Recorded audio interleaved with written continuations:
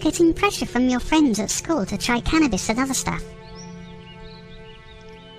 Or maybe you're frightened because someone in your family smokes or takes drugs. Maybe you're scared because your friends take cannabis and you don't want to, but feel like you might because they make you feel stupid if you don't. Are they telling you that drugs or cannabis or heroin is safe? That it's the safest drug in the world, cannabis, because no one's died of an overdose of it? Walk away. Any drug is very dangerous. Walk away. Maybe you came here to see this video because you don't know what to do. It's simple. Turn your back on them and walk away. They're idiots. Don't let them make you take anything with drugs of any kind, or cannabis, or marijuana as it's sometimes called. There's every reason to be scared. Cannabis is a body-damaging chemical mix, so find someone who will listen to you and ask for help. It's not safe. It's dangerous. It causes psychotic illnesses, which is damage to your brain, and it damages the organs of the body over time as well. And the way you think, speak and learn. It causes psychotic illnesses. It stops you learning. It damages the ability to think normally. It also stops you being able to work things out, problems and such like. You might end up doing something really terrible if you take some, or someone might do something really terrible to you if you've taken some at a party.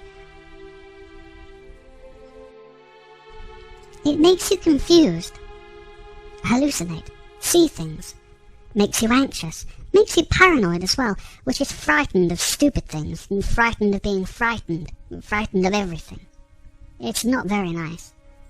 The drug stays in your system for up to 5 weeks and more. It starts to rot you from the inside the minute you try it. Don't let them tell you otherwise. The effect is longer lasting than people realise. It also has a depressing effect afterwards too. It reduces motivation, which means it makes you not want to do anything. You'll get lazy and slovenly.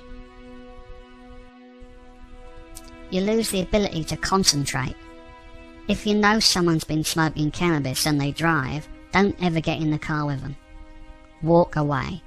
Cannabis stays in the blood for weeks and weeks after taking it. Now, if they get in a car, you could die because they suffer the usual momentary lapse of concentration. It's that simple. It's that simple. All you've got to do is get in a car when you know someone has been smoking something, and you are in big trouble. People who suck this muck get really bad-tempered and aggressive. If anyone even so much as implies that they're addicted or criticises them for what they smoke, they get very upset. It can put you in a really nasty situation.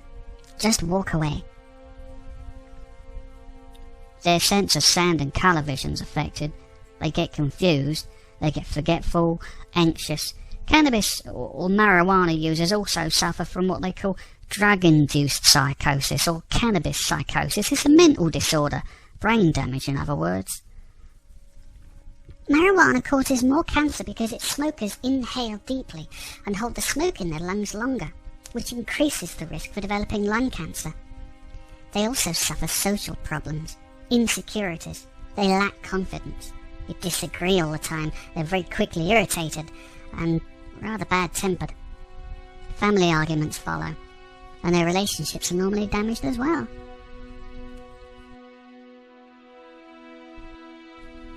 They'll tell you that cannabis is the world's most harmless drug, that more people die in car accidents when they're sober or from being alcoholics, drinking too much alcohol, than from cannabis, which is stupid. But they won't tell you that the use of cannabis makes your liver rot, or that the brain damage it causes over time is irreversible. They feel embarrassed and annoyed with themselves because they can't leave it alone, and they get annoyed and embarrassed because if anyone stands in their way of being able to smoke it, they get really upset.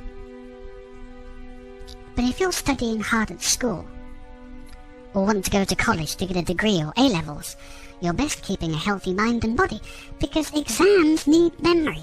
Exams need the ability to calculate, and you'll need excellent problem-solving skills as well, and you need to remember what you've learned. Notice that those who've spent their time playing with drugs, or sucking pot, or weed, or cannabis, or whatever they want to call it, notice that they won't be in the examination hall next to you, and if they are, watch them fail.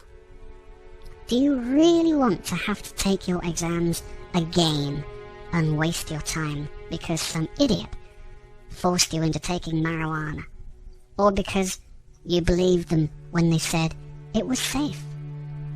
No, me neither. This is my brother here, buried.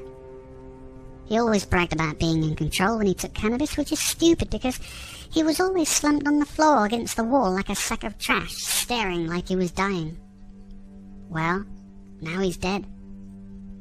He betrayed everyone. Me, Mum, Dad, everyone. He said he only used it when he wanted to. What a stupid thing is that to say?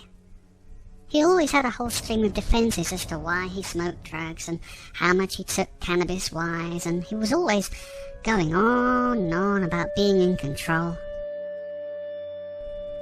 Except that one day, when he was driving, he crashed head-on into an oncoming truck. The truck driver said he was just staring at him as if he wasn't there. That's bad enough, but the car ricocheted onto the pavement, crippled a woman walking to the shops, and killed her baby outright in the pram. Maybe he had one of those rushes he kept joking about, a panic attack where you suddenly just get terrified of everything. Or maybe he just lost concentration and forgot where he was. His mind just switched off. But one thing is certain. He was stupid. I want you to be clever. Say no.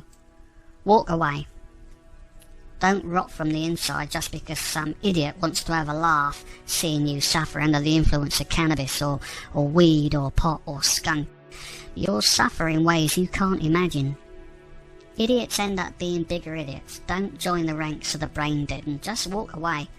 Don't make a comment either, because people who smoke cannabis get very upset when you start attacking their addictions.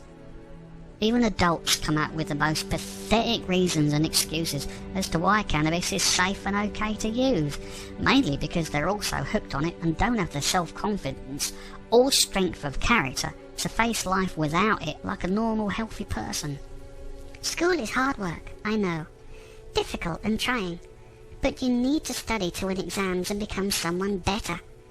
You need a job after you leave school, or perhaps you're going to college. But if you're around people selling drugs, or taking drugs, or sucking cannabis, it can be frightening and uncomfortable. There are a lot of help drug line numbers you can call. There are nice people just waiting to help you. And if you're in trouble or being threatened, or have discovered someone you know is taking very dangerous drugs, or if you're just frightened, you can call one of these helpline numbers. You don't need to tell them who you are or where you are. Just ask them for help. Questions, you know. They're there to give advice and tell you what you can do to stay safe, how you can help others perhaps, but more importantly, how you can protect yourself.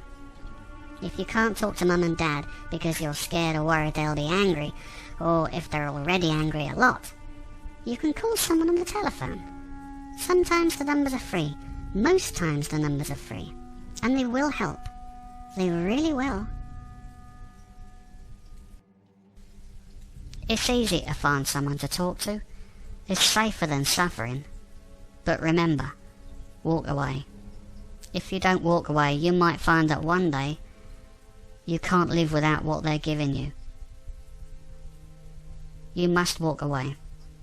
Otherwise, one day, like me, you might find you've left it too late, too late, late, too late, late, too late, late, too late, late.